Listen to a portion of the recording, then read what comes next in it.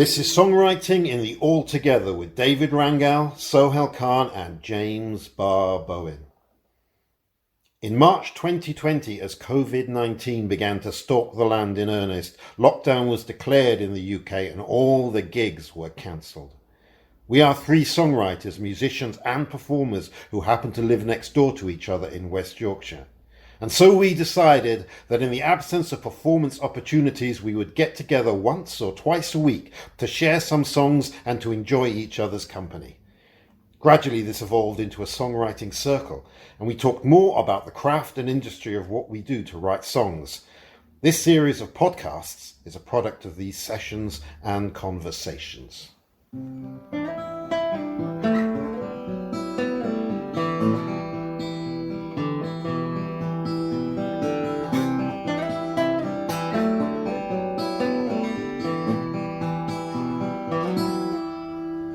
Right, hello again.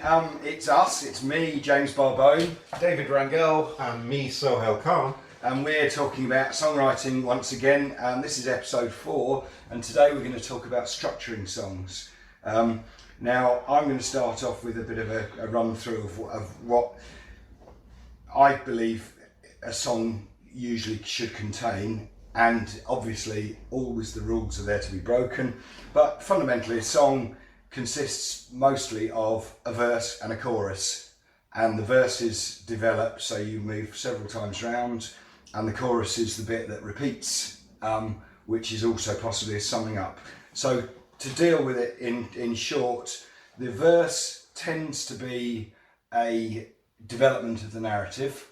So whether it is actually a story that has a clear narrative or whether it's just the ideas, but it's the bit that changes. The chorus tends to be the bit that does the stuff repeating again and again round, which is hopefully the catchy bit, possibly what we might call a hook. Mm-hmm.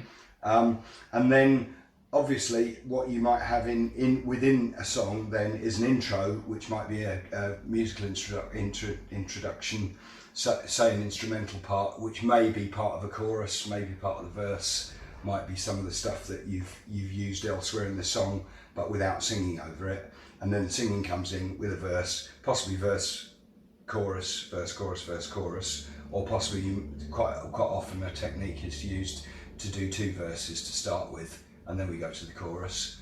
And then you might have other bits of like I say, as part of the recipe, there might be possibly a middle 8 where you take it in a slightly different direction, and the function of a middle 8 might be to sum it up from a different perspective, or which is like universally after maybe a second chorus.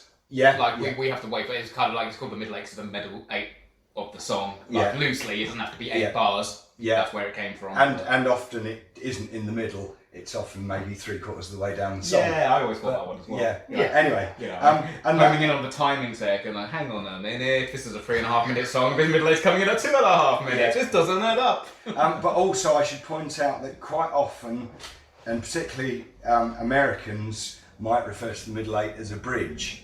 Now I think, are going to be quite careful and say a bridge is something else, because a bridge is the bit that, like a physical bridge, links up one part to another. So that might also be like your intro, if your intro repeats or something. So we will talk about the middle 8 as being a section which takes the narrative or the story in a slightly different direction. Yeah, bridges are a bit more, but it's kind of an umbrella term for me. Yeah. And just coming back to your intros are kind of what frames the song. It gives the emotional resonance or feeling to the audience that this is what this song is going to be about. Is it going to be a sad song, a happy song, or something in between? You don't know what it's going to be, and it often is played instrumentally, as Bar was saying, and possibly with sung notes, but usually not lyrics. So your intro is basically the bit at the beginning. Okay. What I didn't know what the intro was. Yeah. Kind of like a motif as well, something like we might come back to, something that might thematically. Yeah, and just to clarify, of course, that the terms that are used sometimes are interchangeable, sometimes a bit ambiguous as to what bit this is, because you might say the intro also brings in a motif, which again might be a melodic thing that is going to repeat somewhere. It might be the final line of the chorus, for example. So we've, we'll try and clarify as we go. Yeah, I mean, we're going to play songs through, aren't we? You're going to play us one now. I'm going to play a song now. So we'll play the song through, and then we'll let you break it down into well, what's in this recipe. Okay, right. Well, I mean, I can give you a brief intro to that. So I'm going to play an intro, which is and that bit on the guitar, and then I go into a verse, then I go to a chorus, then I go back to the intro, then I go a verse and a chorus, back to the intro, verse, chorus, and then I do the intro again before repeating the chorus to finish. Well, listen out for it. So it's a very simple song structure. So this song is called Still Gazing at the Stars, and it's a song that I wrote a few years ago, and I wanted it to be an optimistic song about changing the world, even though it also has a bit about it that's to do with a friend of mine who died, and I wanted to write a song that wasn't just a sad song about that. So it poses questions, and hopefully it has a catchy chorus that everybody could sing along on if they got the urge. Okay, shall we have a go? Let's have a go. Yeah. All right, it goes like this.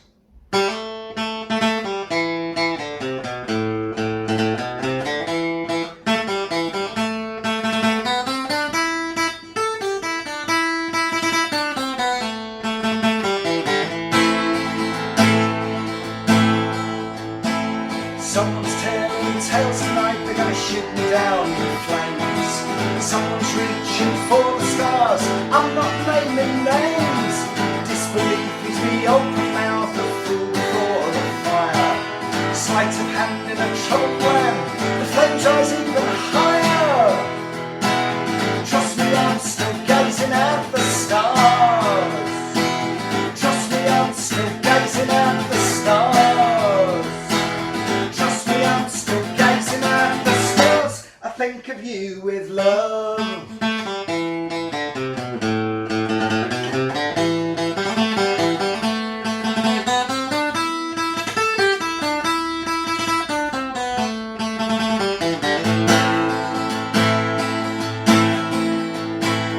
Weasel words are all the rage, but careless talk costs lives. Vernaculars contested, while the witch hour arrives. An embarrassment of riches in an armoury of words. The big guns and their magazines seem ever more absurd. Trust me, I'm still gazing at the stars. Trust me, I'm still gazing at the stars. Trust me, I'm still gazing at the stars. I think of you with love.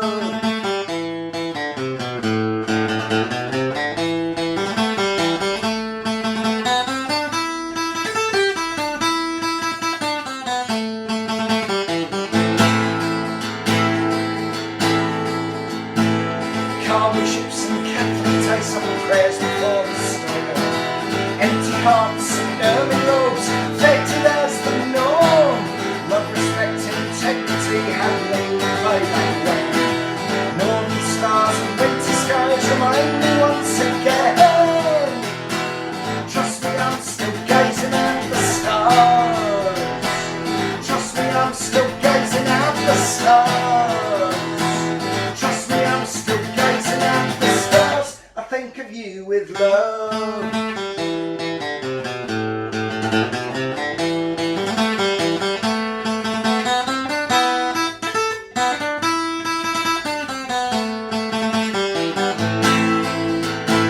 Trust me, I'm still gazing at the stars.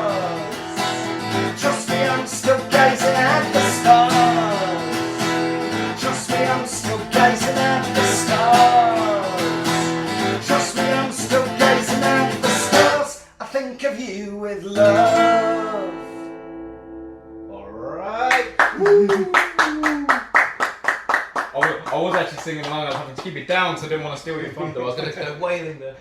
Yeah, okay, thank you very much. Okay, so yeah, I was going to say, so you've got several things going on there. The intro, as you say, does come back around that motif of down, down, da da da do da do, and you've got your that's pretty much verse, chorus, and you have a double chorus at the end, don't you? But you do put the intro thing back in there. So that breaks it up really nicely. I'm hearing sort of deliberate tempo changes between them as well, so you're working the sections into each other. So talk us through exactly how you went about making this. Right, okay. I mean, firstly, I think I came up with the intro kind of motif thing, just twiddling about on the guitar, and thought, okay, that's a nice thing. And I thought it's very reminiscent of a sort of Irish folky thing or something like that. And then I was kind of, because as we'll come on to in future ones when we're talking about what key you're in and stuff like that, obviously if you're playing fairly simple melodic folk music, much like what I'm trying to do there, there's only so many places you can go most of the time with chords. So that's effectively what I did. Was I went from so I'm playing in an A minor chord, and so then I worked out that I wanted to do the chorus, which was "Trust Me, I'm Still Gazing at the Stars," which goes up to the F, and then down to the E major, and then in the verses I sort of then thought, okay, these are some ideas that I want to get in there. So I've been collecting a whole load of lyrics effectively. I have got a fairly tight rhyming structure. I can't remember what it is. So someone's telling tales tonight, they're going to shoot me down in flames. Someone's reaching for the stars, but then I'm not naming names. So the end of the effectively the alternating lines, I've got a rhyme. So a rhyme scheme, that's one thing that we didn't mention earlier, but a rhyme scheme being quite important. Again, I think we speak generally, when we say these things, we speak generally, but it's good to have a little rhyme scheme like that. And it's kind of like the idea that it's repetitive. So almost like, I'm particularly like playing a fairly simple like folk song like that, which I think it is. There is a lot of repetition that you go round again. Melodically, you go round again to the same thing. You follow the same pattern, but also rhythmically on the words you follow the same pattern, and the rhymes happen in the same place. Once you've set up the rhyme scheme, of course, that's when you can sometimes break it or change it, and that also has quite an impactful kind of effect on the listener, because the listener's expecting something. So what you do is you set up the thing to so that you kind of know where it's going, and then you can keep that or you can break that. For those that don't know James Bar Bowen's music this well, he has a habit of doing this. He's actually about sometimes tripping people a little bit with quite a lot of his songs. He does so this is an important thing for you, isn't it, when songwriting is kind of not only recognising that you can have a formula and you can stick to it, but you can also throw people. No, I like doing that, and again, particularly once you've set up a structure, then you can play with it, or you can mess about with it, or do something. And sometimes I throw in a line which is maybe a spoken line that changes the rhythm of it, so you're not sticking to the rhythm. But otherwise, I would say that an important point of good songs, the word structure, the syllabic structure, the syllables of the words are quite consistent, and they fall on the beat or off the beat, and it follows a similar pattern right the way through.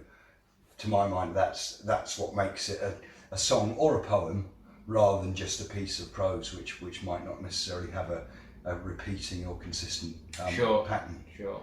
Yeah. So talk to us about the chorus and when it comes in, because something changes quite a bit.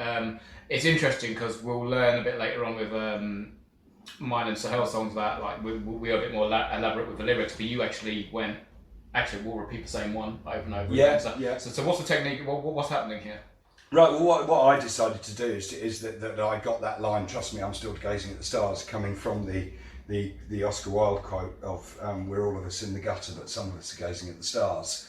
And for me, that I wanted it to be, like I say, a hopeful song, even though it's also a sad song, So to say, actually, we're still trying to make the world a better place. And I thought, well, it works once, so why not use it 3 times? And then that's doing that chorus thing, that's the bit that repeats and repeats, so people can pick that up. So this is how you differentiate your sections, and it's not just with the actual lyric, that's just part of it, and then the others is the chord progression, how you change to something what. Yeah, I mean, like I say, when we actually go into some of the stuff around actually how musical structures and the relationships between chords, which is essentially a mathematical relationship. So when you're in the key of E minor, there are a number of chords that will fit with that. E minor obviously has a relative major of a C major chord. Also, I put in a G and a E major, which gives it a certain flavour. So then when I go to my chorus, I'm playing the F against the A. Yes, I was looking at that as well. Yeah. So it goes, and then it's the F to the E major, Yes. which is again, has a certain feel to it. But also like the rhythm that you're doing. So there's something that changes quite a bit with it. It's so rhythmically, and it's something that I'm varying it, even though the song was written quite a long time ago. I'm sort of trying to develop it that the rhythm of the guitar is a bit more kind of choppy somehow, and a bit less sort of big fat strummed chords. It's a bit more. Yeah. You're doing something definitely to make that stand out, and I think that's quite important generally with choruses. Yeah. You've just got to make something that memorable bit, like say it could be repetition and those devices that you're doing within there, like say repeating the same line three times. Yes, three times. I think of You With Love at the end. So you repeat that 3 times, and you're not going to see that in the verse. You're not going to see that at all. So that's that. Yeah. Change that you've made. That's what makes it work for me. Clear. Good. And and melodically, it's not trying to do anything fancy. Effectively, the melody line sort of follows the chords up and down. And there are ways to change that. And again, we'll come on to that when we're talking more about how musically you put stuff together and how you think about, working stuff from a melody and then fitting the chords to that. Whereas I think that I started with the chord structure and then put in a melody line that seems to fit to that. Okay. Cool. Yeah. Brilliant. So let's move on to Dave. Dave, you have a song for us, haven't you? I do, yeah. We'll talk a little bit about it, but then just tell us afterwards what's going to go on mostly for that. We'll have a look inside. Yeah, this one's called The Holy Ballad. And it's not breaking any traditional rules, because I know we've talked about going against the grain, which I haven't done with this one. This one's just I don't want to call it a your average run-of-the-mill song, because there's plenty about it which is quite quirky. I say it kind of comes more into the lyrical content and whatever else, but I don't do anything too outrageous, but there is a middle 8 in here, and I'll play it for you and see how we break it down afterwards.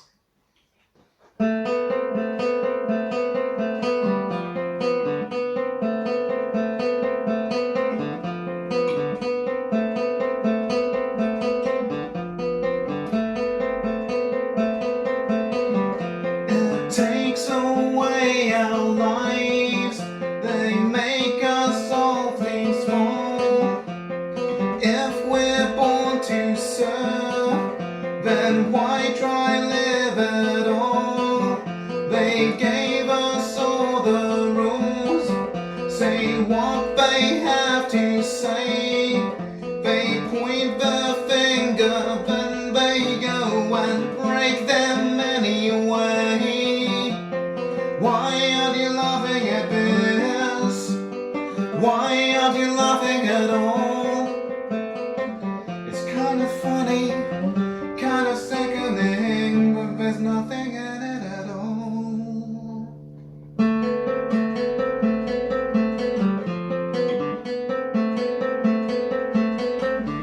You're worshipping the ground, holiest of lights. If you're so perfect, then you know that they're not always right. You tell you it's okay, they tell you that it's fine, but when they let you down, you'll see that not divine. Why aren't you laughing at this? Why aren't you laughing at all? It's kind of funny,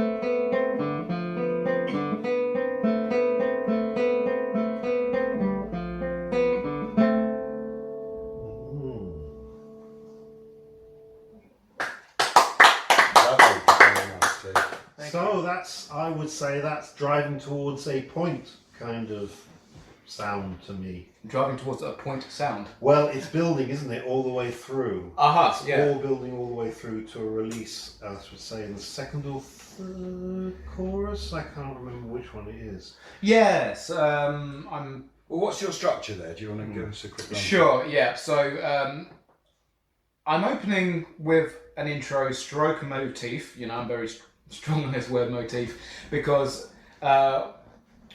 what differs from your song, Bar, is that we've got the actual chords that I use in the actual verse as well. So I'm just going straight in with that.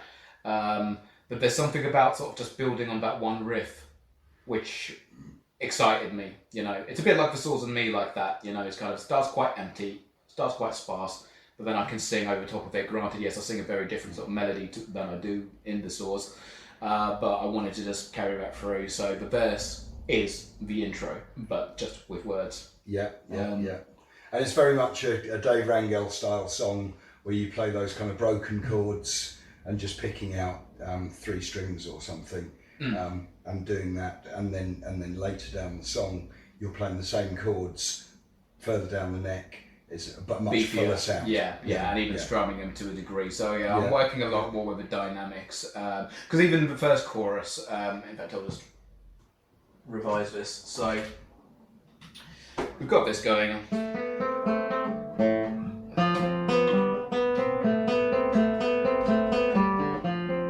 And then the first chorus stays on this chord. Yeah.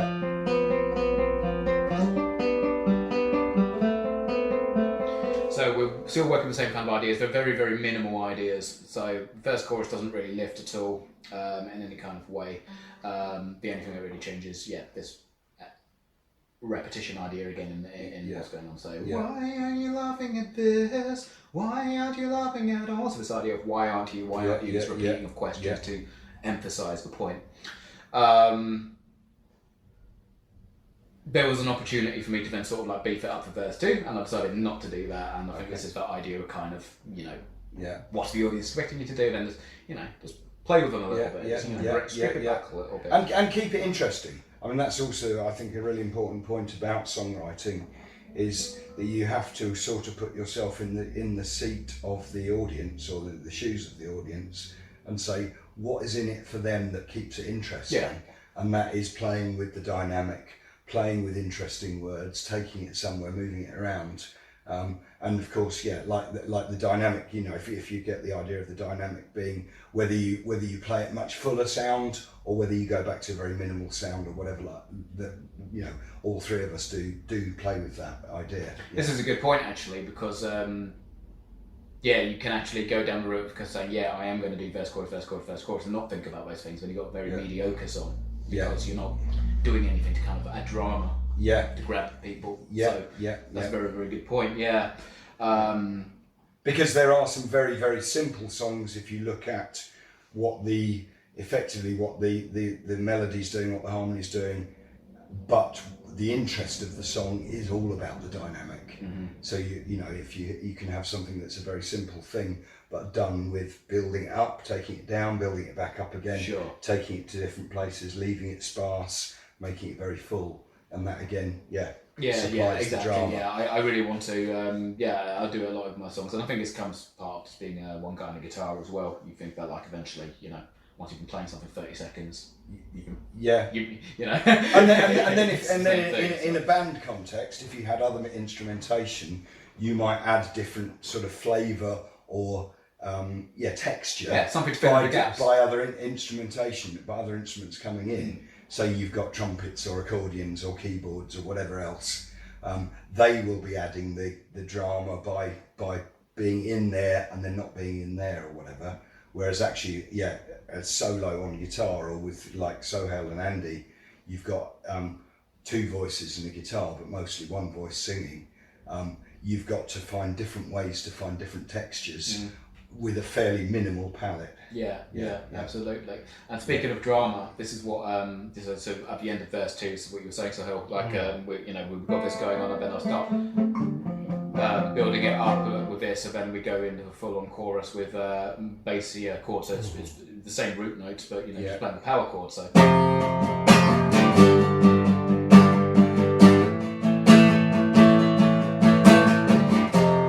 There's nothing special about that. Yeah, it's yeah, like yeah. the most easy thing to play. Yeah. But you don't realise that at the time. Yeah. Because you've been, I guess you've been sort of shaken up a bit by what's going on with the individual broken chords. Yeah, That yeah. it's kind of a relief, to just kind of Yeah. slam in. Well, it's got resolution in it, and I think one of the things to also be very conscious about when you're writing music is where's the resolutions coming. That resolution always then leads, unless it's the end of the song, leads somewhere else. Because right at the end, what you've got is you've got playing the same intro very quietly, but that's an indication that the song is now coming to its finish. Yes, exactly. So you kind of know where you're at with this. So so fast forward to the outro. I mean, we've got the middle eight. So sorry, this is the Right. Sure. Can we deal with middle eight? we deal with first? middle eight first. Let's do things in order. okay. Yeah. Okay. Yeah. So we've got. That's how we end that verse, and then we come in.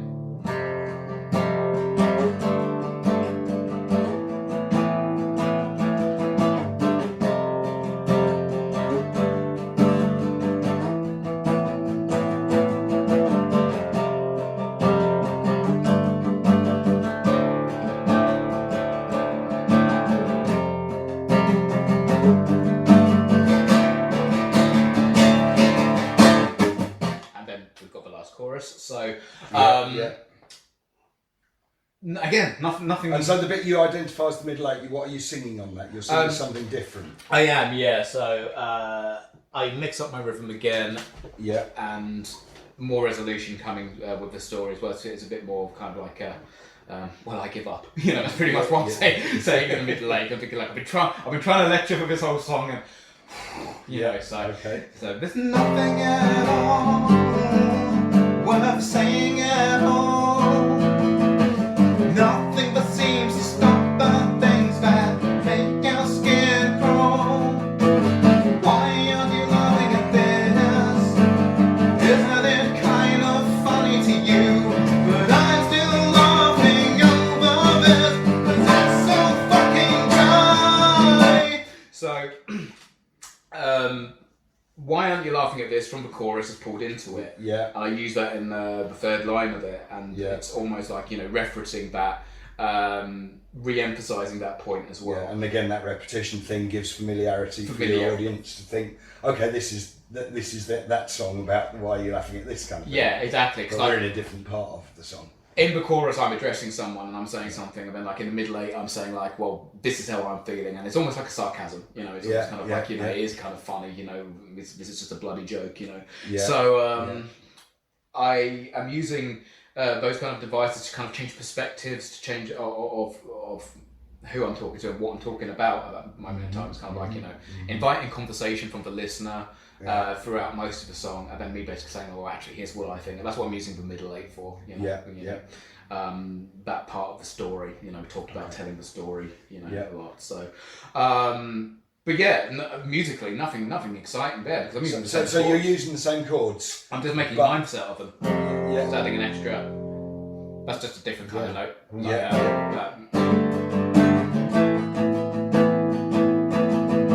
And second time round, we go back down to D.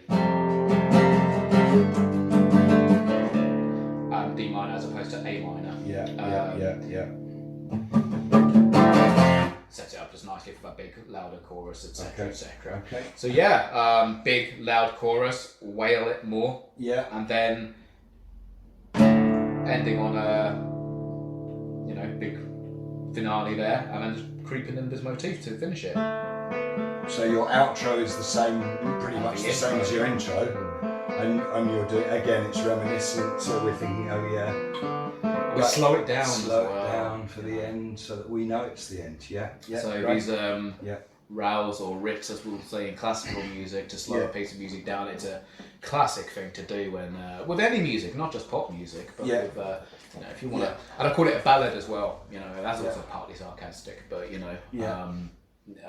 but it is. It's kind of, if I'm going to recreate this kind of my version of a ballad, then I want it to have those kind of elements. I want it to have the soft bits. I want it to have the bits where it slows down as well, and I might want to yell over it as well, just to with Okay. people. Yeah. Yelling's always good. That's all Yeah, I okay. say. It's good for the soul.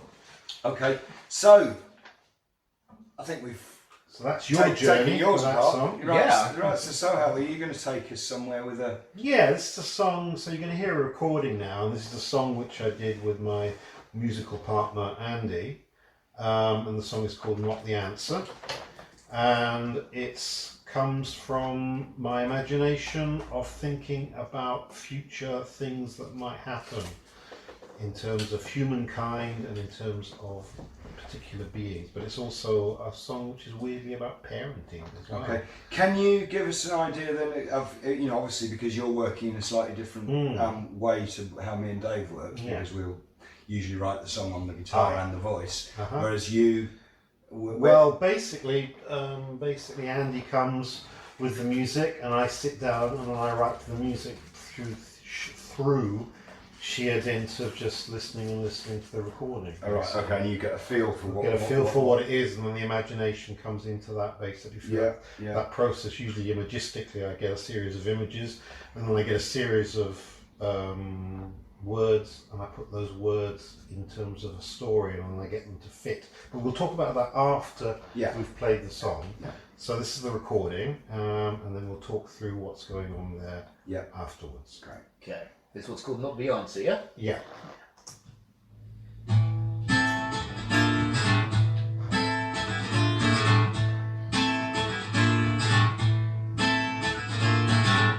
Are you looking for a rabbit that lives down there? Or are you playing with someone else's big bear? Or is it really all you want to do is try? Is put your finger into somebody else's pie? Oh, you're a sweet thing, but please don't give it back. This is an old tale lying twisted on time's rack. This is the word thing that you hope will make you well. These are the stories use a good sense not to tell. Here comes that funny yell on the wall as love is not the answer. And the archive footage echoing her fall as love is not the answer. This love is not the answer. For the above is not your answer. Here comes a chopper, it's meant for just one head. Like the gun upon your nightstand by your bed. As your escape pod that was never there at all. That would take you to your dreamtime shopping mall. Oh, you're a sweet thing, but please don't give it back. This is an old tale lying twisted on time's rack. This is a work thing that you hope will make you well. These are the stories you've the good sense not to tell. Here comes that body out on the wall as love is not the answer. And the archive footage echoing her fall as love is not the answer. This love is not the answer. For the above is not your answer.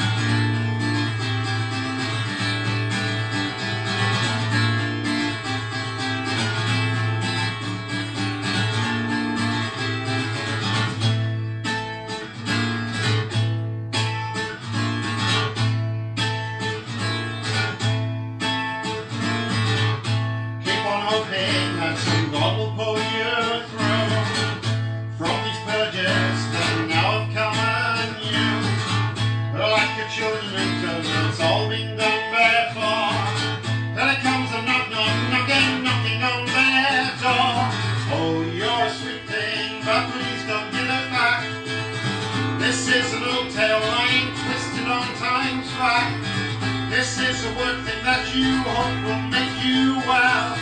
These are the stories you've the good sense not to tell. Here comes that body out of the wall as love is not the answer.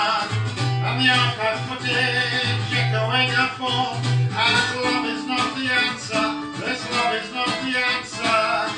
For the above is not your answer. It's not your answer. It's not your answer. It's not the answer. Alright. Yeah. Very nice indeed. Yeah, so should we have a think about that? So, image-wise, it's very filmic to my mind. Yeah. But it's also got a bit of Alice in Wonderland in there, and other stuff like that. Yeah. And again, you use a lot of repetition. Yeah. And particularly, I think one thing that we might throw in here is that you do verses, Yeah. but then you do something which is not really the chorus. It's a but pre-chorus. We'll call it a pre-chorus. Yeah, pre-chorus. Okay. Yeah. So, oh, you're a sweet thing, but please don't give it Yeah. back. This is an old tale lying twisted on time track. This is a work thing that you hope will make you well. These are the stories you've the good sense not to tell. Here is that body coming out of the And wall. this is the chorus now. And then you're into the Yeah. chorus. Yeah. there. Okay. Yeah. So this is like a B part of a verse or potentially a pre-chorus. Because we haven't talked about pre-chorus. Yeah. really. Okay. But I think the idea of a pre-chorus then is again, it's something that will repeat through the song, but it isn't actually the opening out sort of bit that the chorus does. Yeah. And that's kind of like the proposition within it lyrically as love is not the answer, Yeah. which is also the title of the song. And that's kind of like letting that flower into that kind of proper chorus, which is that energy kind of going out. And also within that, looking at the overall song, it's direct, it's accusatory, direct act. So it's like telling, it's declamatory, but it's talking to another. Yeah. Quite distinctly within that. Yeah. You know, are you looking for the rabbit that lives down there in the verse? Yeah. Are you trying to play with someone else's best? There's a lot of kind of direct address, as we say in theatre, to the audience about it, and then you're kind of into the imagistic side of it, basically. But I think, you know, as a little aside then about that sort of direct address, of course, what I find is a difficult thing to do, but it's something that when you get a song that is well written, even if it's quite accusatory or declamatory, as you say, it's talking to someone, the idea is that you hopefully have a sort of universal person that you're talking to. It's not the individual, even though the individual might take something from that as being, this is about me, but it's not necessarily about me. It's not about you necessarily. And as the songwriter, as we've discussed as well, when I sing I don't necessarily mean me. Yeah. I might mean a universal subjective, or, you know, and we can talk about that sometime as well, about the idea about changing. If you write a song, sometimes you talk about I or you. What happens if you change it to she or he? Does this, does that? That can change the whole flavour of the song, even though essentially the narrative is the same kind of thing. Yeah. But you're playing around with. Well, I think in this song, it's really directed to a fictional other, basically. Yeah. That's where it kind of lies in my imagination when I was writing it. Okay. Yeah. Good. And then what I do notice in there, that there's a big instrumental section. Yeah. Where you've just got Andy playing guitar. Yeah. And why did you decide not to put any words over that, or was that I just decided it needed that space in it, and because it's a very driving. It's quite driving, kind of like Middle Eastern type of feel to it, slightly jazz, slightly flamenco-ish type thing going on there. That it's that allows the driving that then sets up for the next verse chorus, and then final and verse we can chorus, drop it back a little bit, and then you're into it. Yeah. Okay, great. So that was the third verse, wasn't it? Like by then, so you've done your middle section. The middle 8, and then you're into the verse chorus of the last verse chorus. Yeah. So you're calling your instrumental the middle 8. I'm calling it the middle 8. Even though possibly, I'm not sure actually chords wise, it's probably. I've written the middle 8 here on the piece of paper when I was writing. I mean, again, it's official. It's true. It is. Yeah. No, it has, put it on Facebook and then it's official. Yeah, it has a different feel to it. Yeah, and that's also the function of a middle 8 is often to have a slightly different feel. But again, you're not using your middle 8 as a a different lyrical part. Yeah. It's just an instrumental part. Yeah. Yeah. Okay. Good. Yeah. Nice one. So that's that song. Okay. And that's what that song is about in terms of structure. So you have a very basic verse, chorus, instrumental, stroke, middle eight, Yeah. and then verse, chorus, and then that's it basically. As the Right. song goes, yeah. So Okay. So do we want to talk about maybe probably like the similarities within the songs then that we got, like all those key ingredients maybe, like I mean hooks and riffs for me. Right. Okay. So is we a need big to one. clarify what we mean by hooks and riffs. I would suggest are the hooks are the bits that get into you that you think, oh, this is coming round again. This is coming round again. And I think all three of us use that as a chorus thing. We've got a hook that you might have one line that's repeated several times, either back to back in one chorus or coming back round again in another context. Do hooks always have to have vocals in? No, I would suggest that my intro, which is melodically slightly different from the rest of the song, is also the idea that's a hook. Noticeable sounds. Eric Clapton's Layla. Yeah, exactly. Yeah. It's something that sings to you, even if it's not with voice, not with words. Yeah, okay.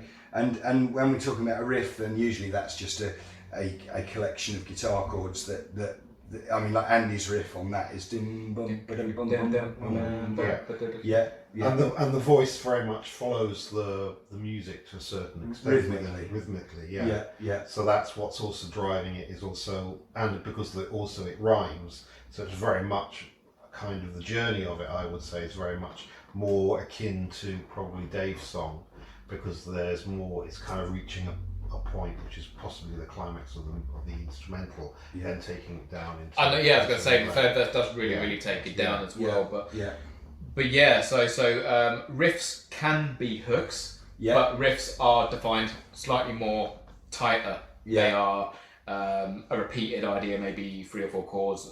Can be done on any instrument. I know we mentioned guitar, but it could be piano, it could be whatever you use. Whatever you use. Yeah, exactly. Okay. And also we have to remember that sometimes you can also do purely a cappella songs, purely sung without any instrumentation behind it, but that also might provide a riff or a hooky thing, which is just usually a repetition thing. Sure. Yeah. So and that might be also the melody. So repeating ideas seems to be a very sort of prominent thing. It's probably like if we talk about ingredients, we've got to talk about some key ingredients. I think that's probably going to be one of them. It's like, but also that's partly repeating is sometimes go off in a different direction. So sometimes you repeat, it's like touching bass, and then you're off somewhere else as well. And that can either be imaginatively in terms of lyric, or it can be in terms of musically as well, I think. I like that, almost like you've got like a what did he say? Like you go in a different direction, right? With it. So like you've got a central point. You've got like A on the map here, and then you go back to it and you ping off. You get a thing. That's your your anchor point, if you like. Anchor point. And I think like a shift between all the different hooks and anchors. Hooks and anchors. But also your chorus can be your anchor point, or your verse can be your anchor point. So whatever allows you to then go off in a different direction with another part of that. And again, talking about from the audience's point of view. Sometimes it's one of the reasons that I struggle listening to a lot of jazz, particularly more, shall we say, esoteric jazz. That I find it quite hard to find something to hang on to and think, all right, we're at the theme bit here, because quite often it's changing and moving all over the place. So that's the game of jazz. Absolutely. and for some people that's I'm going to surprise the audience by suddenly going off. And for some people that's what they want. Like, and I guess also that's the same with like prog rock or something as well. You've got something and then you develop it and you take it somewhere else.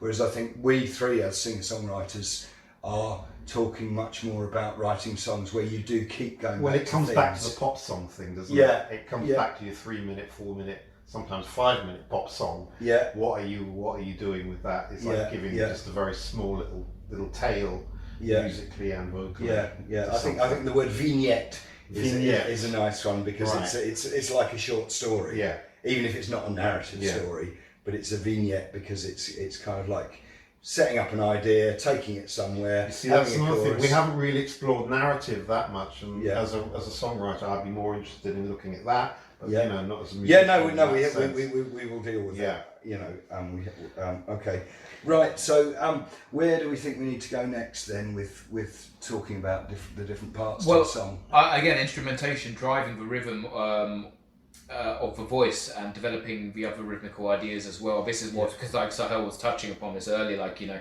you receive the chords and you react to them in a sort of way. Don't know if anyone really does it the other way around. I mean, sometimes I'll come up with sort of a rhythm and the vocal line in my head and then write chord progressions around them, but quite often I am sort of searching for an answer to how I'm going to sing something and how it's going to be, you know, how it is going to be.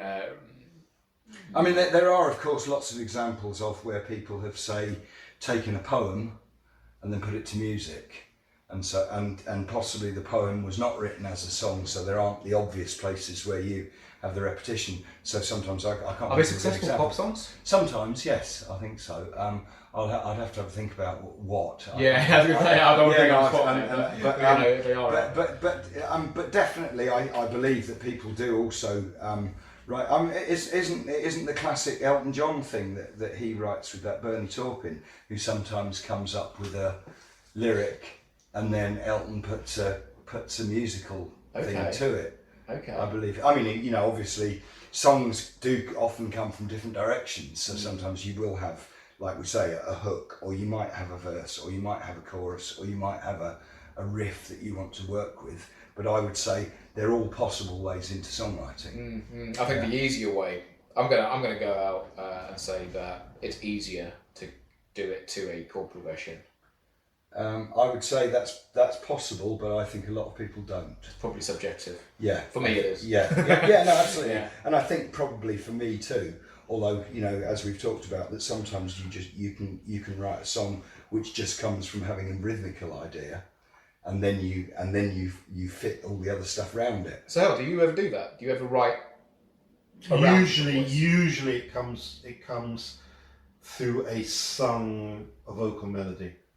So it'll be a vocal melody like "Little Bird Flying to the Other Side." That one that I did earlier on. That was basically, that just came out of the "Little Bird Flying to the Other Side" and the vocal melody came together. Yeah. They came as a package, as it were. Whereas I have got an example of one of my songs, in fact my award-winning song, Never Neverland.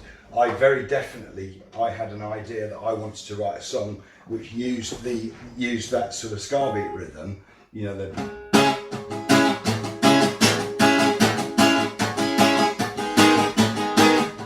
and then I worked out a melody line for that, and I tried to write several times a song where the vocal line followed the.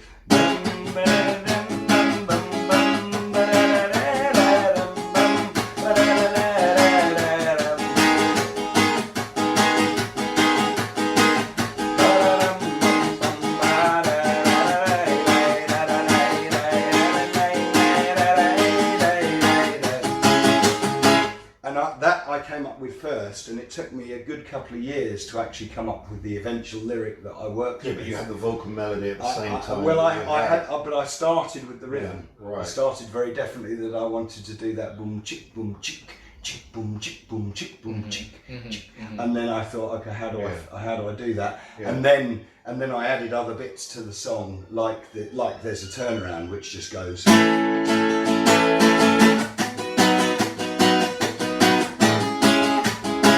Back into it, and that's just between the verses, just because that seemed to fit. Right. And then as I tend to do with a song is then if I'm playing that in a C sharp minor, so the relative major to that is an E major. So my chorus goes to the relative major, so that it opens it up, and again it's the repetitive bit, but again it's reminiscent of the other bit because it does the.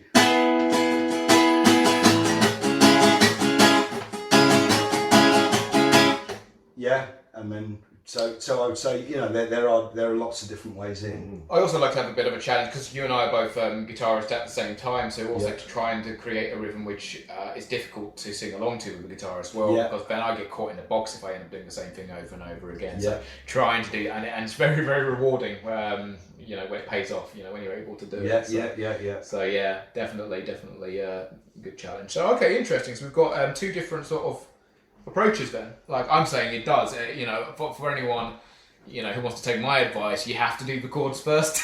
And I'm saying you're wrong. So yeah, Do whatever's best for both you. wrong. Well, no, actually, what I'm saying is sometimes you're right, Yeah. but sometimes it works in other ways. So, but yeah, I think it's very important to find, a good starting point, and then you build your song around it. And yeah, there are some things which are kind of obvious things to do, and then sometimes you take it off on one. Yeah. Yeah, okay, well, let's talk about the feel of the music. And Yeah. the music and the music the music and the vocals, or the rhythm of the vocals have to match. And how does that kind of work for you guys? Yeah. I mean, I tend to write rhyming. I like rhymes because they're a good thing to hook into. Yeah, so do I. But sometimes we break those. Yeah. And does the feel of the music match or contradict in terms of what you're singing? Have to contradict the music. So I think we're talking there about the. I think you're talking about lyrics, feeling, right? lyrics, aren't we? In terms of Because you can't really do anything too crazy rhythmical, Yeah. otherwise it just won't work. You know, it has to work, has to slot in. I mentioned actually the other day to you, didn't I?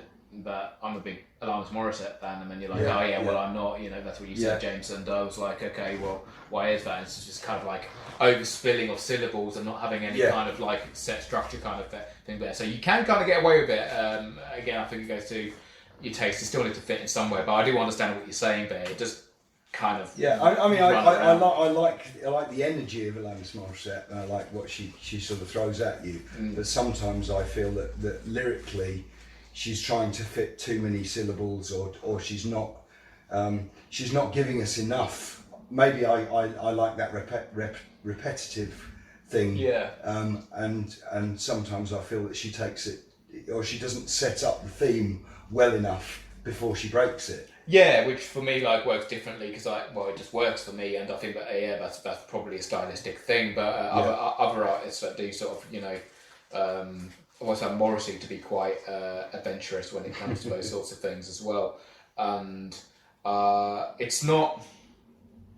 I think the answer is no. It doesn't have to, because you can go platinum by not doing it. You know, I mean, there's living proof. Yeah, of course. I mean, as we've always said, you know, you set up the rules, but actually you can always find exceptions to the rules. Well, structure gives you confidence, and confidence gives you structure, and I think those two things work. So if you've got good structure, that's going to give you confidence, and also, but also if you've got confidence, you sometimes will give you the structure within itself of just being able to deliver. Yeah. So you're delivering and you're able to break the structure. And I think that's the thing, basically. I think also, again, putting yourself in the shoes of the audience. Yeah. If you're performing to an audience, they need to believe in you as well. So you need to believe in yourself and project that to your audience. Yeah. Even though you get some people who are very kind of downbeat and quite introspective as performers, but they have a certain authority on stage or something. And I think sometimes with well-written songs, that gives you an authority, and possibly that is to do with having something that's well written that the audience can tap into. Yeah, gives them the confidence that this is going somewhere. This is something. Yeah. So lyrically, as you said, I don't think. I mean, it doesn't have to go the same way either, does it? You can have sad sounding music and putting happy lyrics over them. Yeah. You can do the complete opposite as well. Yeah. I've heard so many songs like that. We also must not forget the benefits of comfort. People like to hear the same type of thing. Yeah. I like to. That sounds like some kind of like 90s. But that kind of stuff is around now. Somebody sent me a video on YouTube which was like kind of that bass. That was the basic thing that was going on, and that's the current video. And also, if I can give an example, a song that I actually do just on the acoustic guitar is Pulp's "Common People," which is seen as this sort of like big club anthem, and we're all singing along together, and we're singing along with the common people and all that. But actually, the lyrics are very dark, and actually done fairly stripped down with an acoustic guitar. You do get the feel of this. That actually, this is a really angry song, or this is a really bitter song about class and about. It's not just a sing along. Yeah, man, we're all just having a great time and we've sorted out Freeze and Whiz or whatever. It's a dark song, but it depends how you put it together. Yeah. But at the same time, we could jump up and we want to sing along to it, don't we? So that's it's interesting what it does. And it's like the amount of times when I can't put myself on the spot, but there's been plenty of songs where I've been sort of like singing along and whatever like that. And then, someone like, I think maybe back in the day, my mum would have said, like, you do know what that song's actually about. Yeah. I'd be like, oh, right, well, it's really catchy, really hooky, it drew me in, and I would have been about 7-8 years old at the time. So, And there are so many examples. It's such a perfect day. I'm glad I spent it. But I think that's one of them. It's one of those songs that is used all over the place as just being a real celebratory song of, we're all in love and we love each other. But actually, I believe it's about heroin. And also, like the fact that like bringing an imperfect day, and the fact that we've got vocals doing stuff unpredictable as well. Like I'm thinking more of a when they did the remake of it. I don't know if it's in the original, but when Bono comes in and he does a spoken bit or whatever and whatever. I mean, actually, let's use a different example. Let's use if you've got a song sung by one person independently, like there's also things that devices they can use, like say spoken parts or whatever, to add unpredictability where something is normally sung. Humming, whistling. Yeah. La-di-da-di-da-da. Whistling's a good one actually. A lot of country music and stuff. Even in Middle Age you can have like whistling solos, and I think it was in the Guns N' Roses song somewhere on Use Your Illusion. I can't quote it, but again I heard like this very elaborate whistling solo, one of the songs on there. And there's so many different things that you can do just with the mouth. Again, the obvious one, which is the one that is sung by football crowds and all the rest of it, is Hey Jude. The memorable bit is the na na na na, and that's all it is. It just goes round again. And the rest of the song is obviously has an interesting narrative and all the rest of it. So where are we? Where are we now? I'd say I'd say we've done pretty well to deal with structure for the moment. Right. Thinking about any other bits that we probably might throw in. Obviously, we've dealt a little bit with the outro, where Dave used that idea that you go back to your original theme, your original intro. So in a sense, the trajectory of the song goes up to the loud bit in the middle, and then we drop back down a little bit, take it up again, and then we drop it right back down. Again, motifs, central points of familiarity. You've got those central points in choruses. You've got them in intros and outros. Probably, actually, just to sum up, to make a note of that, you need consistency with your chord progressions most of the time as well. Often verses will sort of mirror themselves, or repeat themselves as far as chord structures go. There's not always a way, but again, for anyone who's trying to pick any tips up and just learn from scratch. These are things that you should probably think about first as a foundational thing. Make your verses same chord progressions. Make your choruses the same chord progressions as each other. But otherwise rhyme at least on the B line. Well, possibly, but usually there are rhymes in there, or the syllables kind of rhyme, even if it's not a perfect rhyme. But there's a sense of same sort of feel. So I think what we're saying then is mostly writing songs we feel is also about creating a certain element of kind of comfort for the audience, that they know what's happening, and like I say, that you have a certain authority because you're sort of going round in circles, if you like. And then that's where you can get away with sort of developing something narratively or lyrically, where you take it somewhere else, because there's a consistency of what you've done before. And also, if in doubt, just listen to somebody else's music and study what they do. Most songs are somewhat, I don't want to say copied, but at least. We're all stealing ideas. We use them as almost like presets. Like templates, exactly. And then we can kind of go with that, whatever. I mean, I'm not saying that you need to sort of repeat rhymes, but just kind of understand what they're doing. I think with enough listening and enough analysis over time, this is how I did it. I just kind of, I read lyrics, I sang along a lot of the time, and it just became subconscious to me. Yeah, and one thing I think is also very important as a songwriter is find some people, someone who really loves you, who really cares about you, and really wants your song to be successful.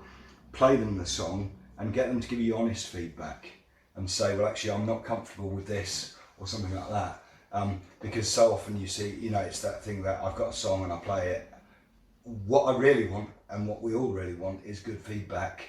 Share ideas to talk about these things, which has been one of the joys of doing this together, that we have been able to talk about, that we've got different ideas and approaches, but giving each other honest feedback about, that works, that doesn't work. And we've all made better songs from it. Yeah, but find someone, like Bar said, find someone that you trust who's also going to be positive in what they say as well. Who isn't just going to say, darling, you're wonderful. Yeah. Because or the opposite of that, basically. Yeah, and that's terrible. Destroy your sense of makes you a bit inhibited to a large extent. So next time, are we talking about best, ideas for first songs? Is that, or getting the audience to listen? Well, I think because we have touched quite a lot on the idea of actually what you're doing when you're playing for an audience. I think we could talk about that in terms of how we. Yeah, what do we do to grab an audience's attention, keep them with you? And we've talked about creating drama. We've talked about creating interesting narrative where the audience feels they have something invested in it. They have a familiarity. So we could talk more about that. So when by audience you mean like whether you're playing. We can split this into two. Then we can talk about sort of like generally as your music goes, so that people are listening on the radio, on Spotify or whatever else, streaming services. But also live. Also gigs, absolutely. Yeah. I mean, and we can talk a lot about the, how you put together the idea of a gig. And as always, one thing that I think we would all agree is you have a script and then you can break it. But you have an idea what you're going to do, how you're going to do it. Cool. Yeah, let's do that next time, Ben. So, but for now, I have been, still am, and always will be David Rangel. Right, I've been James Bar Bowen and plan to be that in the future. And I am Sohail Khan. Who gives you no guarantees whether he will be in the future or not. I don't know who I am most days of the week, so asking me that is... All right. Cheers. See ya. Bye-bye.